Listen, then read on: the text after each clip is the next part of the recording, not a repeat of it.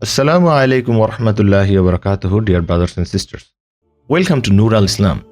You are watching Jannah series. In today's fifth episode, we will discuss what the new house in Jannah will look like.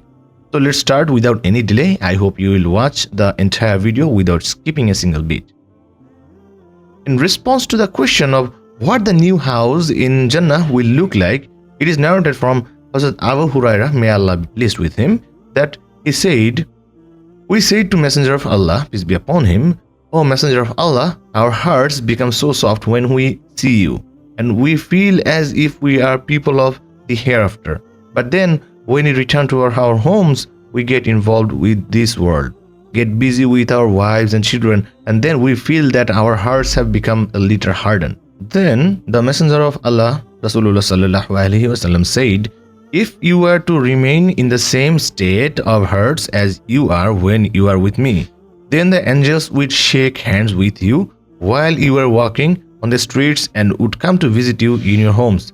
And if you did not commit any sin, then Allah subhanahu wa ta'ala would destroy you and create new creature in your place who could commit sins, and then ask Allah for forgiveness, and He would forgive them. That is, in this worldly life, you cannot actually be completely perfect and sinless. But yes, that you can be in Jannah. Allah will remove everything from your heart, envy, hatred, the pain and sorrow stored in your heart.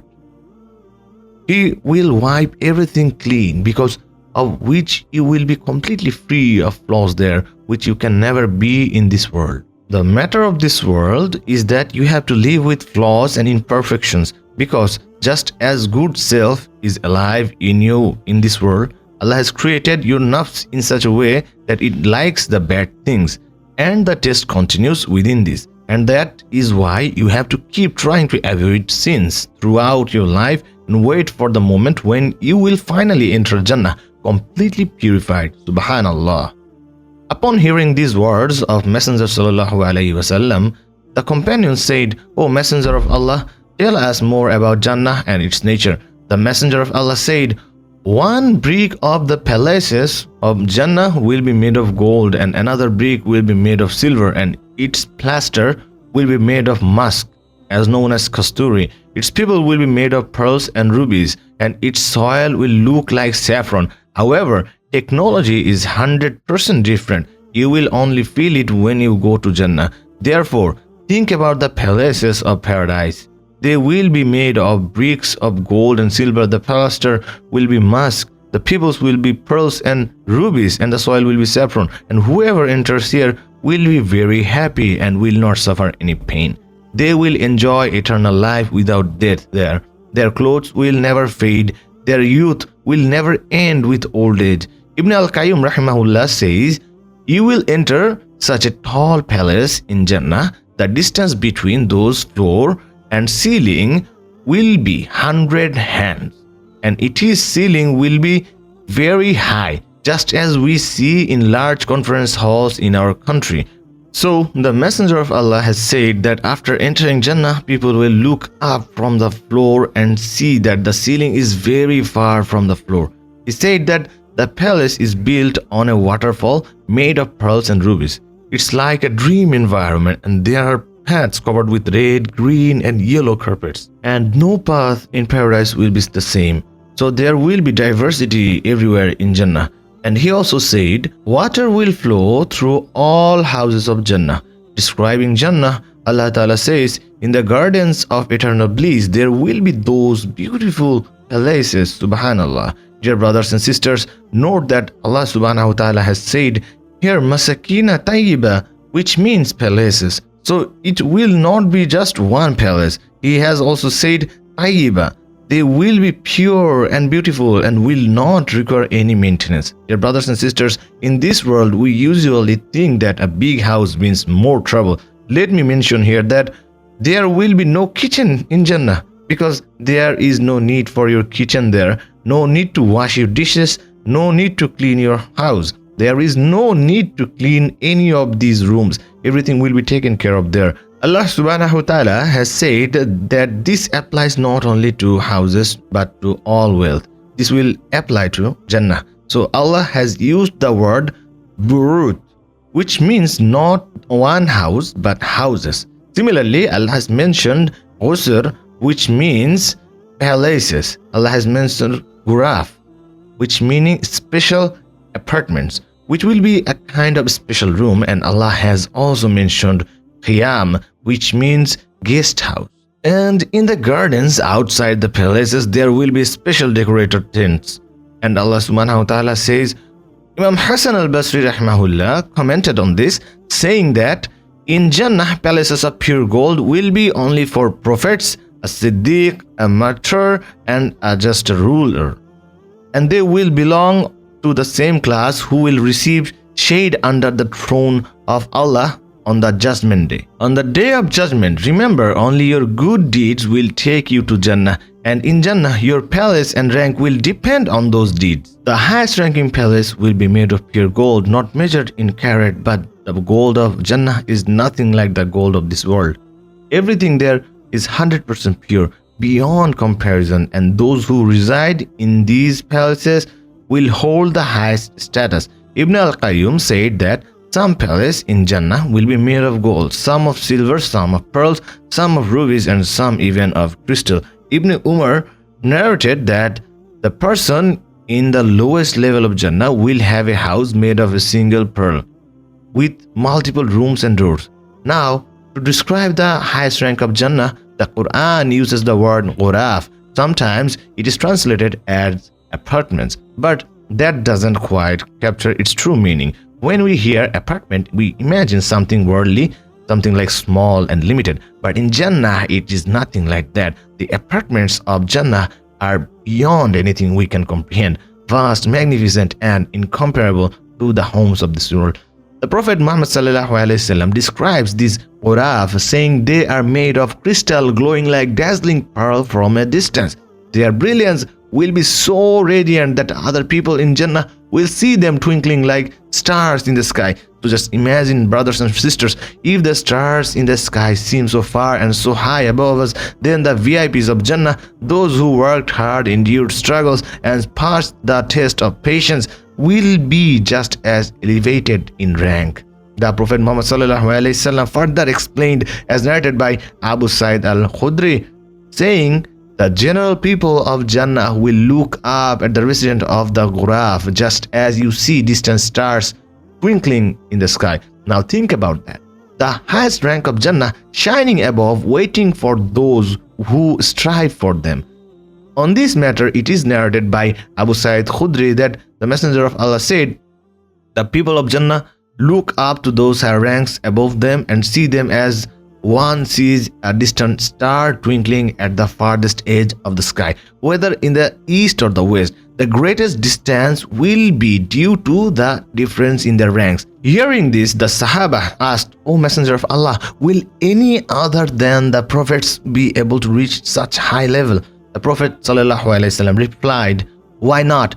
By the one in whose hand is my soul, those who truly believe in Allah and accept His Messenger as the truth will also attain those lofty ranks. Jannatul Adn is a special Jannah that Allah has personally created. Its buildings are unlike anything in this world. Each brick is made of different dazzling gemstone. One brick is of white pearl, another of black pearl. One is of red ruby, another of green emerald.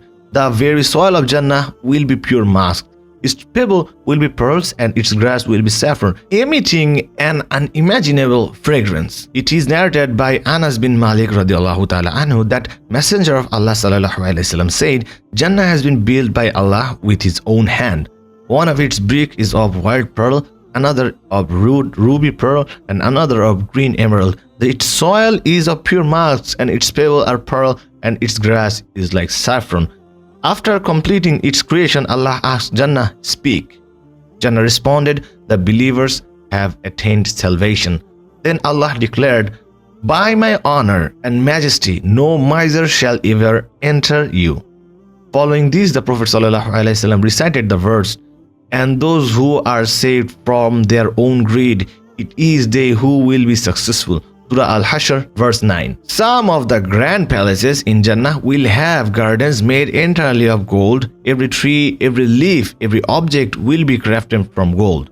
Similarly, some palaces will have silver gardens where everything will be made of silver, shining with an unimaginable brilliance. It is narrated by Abdullah bin Qais that the Prophet ﷺ said, "There will be two gardens made of silver, where everything including utensils will be of silver, and there will be two gardens made of gold, where everything including utensils will be of gold. For the people of Jannah, there will be nothing to veil them from seeing Allah except the cover of His Majesty, which will be over His face." To attain such magnificent blessing, one must live a life free from shirk, follow the path free from bid'ah, and consume only halal substances.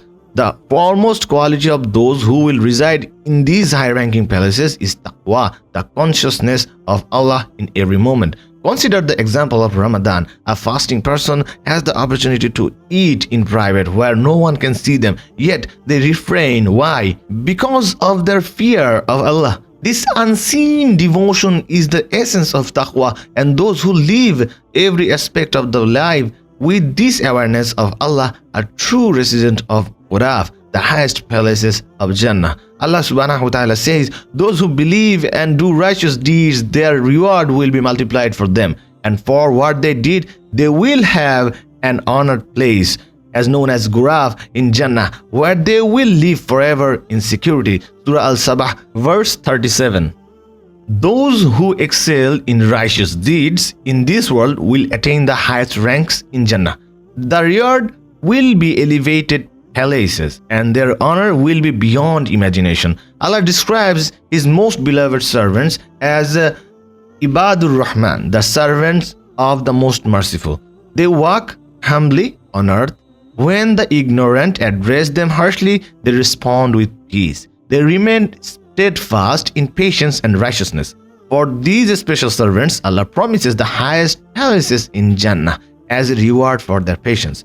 Just as the stars shine in the night sky, standing high above the earth, similarly, the VIP residents of Jannah will be seen as shining stars in the vastness of the Jannah, honored above the rest. This was the dua of Aisha, the wife of Pharaoh. Despite enduring extreme oppression, she remained steadfast in her faith and prayed, "O Allah, build for me a house near you in Jannah." Surah At-Tahrim, verse 11.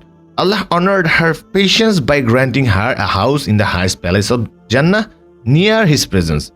The Messenger of Allah ﷺ described the unique nature of these palaces. The interior of these palaces will be visible from outside, and the exterior will be visible from the inside. Hearing this, Sahaba asked, "O Messenger of Allah, who will be granted these palaces?" The Prophet ﷺ said, "They are for those who feed the poor, observe fasting regularly, and pray at night while others sleep." For our sisters out there, it is narrated by Abu Hurairah radiallahu ta'ala anhu that the Messenger of Allah ﷺ said, "A woman who performs her daily 5 prayer, fasts during Ramadan, safeguards her chastity, and obeys her husband, on the day of judgment she will be told, 'Enter Jannah through whichever gate you wish.'" The great honor highlights the immense value of piety, devotion, and obedience in Islam. A believing woman who upholds her obligations with sincerity is granted a choice of entry through any of Jannah's 8 gates, an unparalleled privilege. So dear brothers and sisters, the Ramadan is upon us. We must make the best use of it by our fasting, salah, night prayer, and other good deeds. May Allah subhanahu wa ta'ala grant us the ability to act upon our knowledge and make the most of Ramadan through worship, sincerity, and devotion. Ameen. We will be back with our new episode in every day of Ramadan. So don't forget to subscribe and give a thumbs up if you liked our video. Assalamu alaikum wa rahmatullahi wa barakatuh.